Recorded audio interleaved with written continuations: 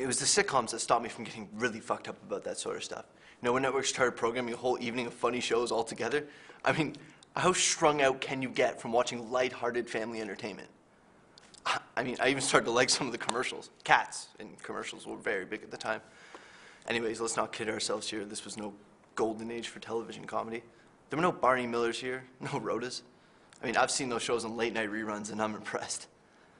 No, these shows were mostly about families and everyone talked too loud and hardly any of the jokes ever really worked.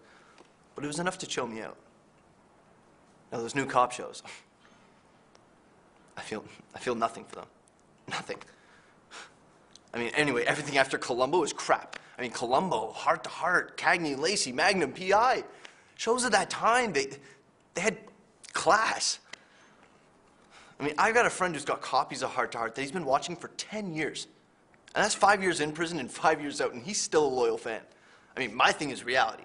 I first started becoming a reality fan with those afternoon talk shows. This is when cable was becoming a big deal in the last couple years.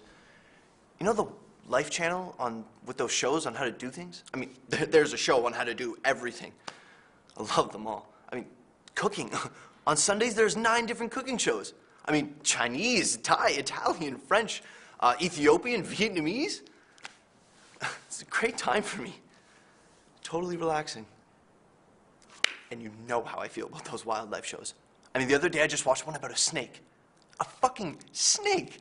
And by the end of it, I thought I really knew this snake, you know? I mean, sure, I knew where it lived and what it ate and how much venom it could inject into its victims, but really, I thought I knew how it felt, you know? Like what made it tick.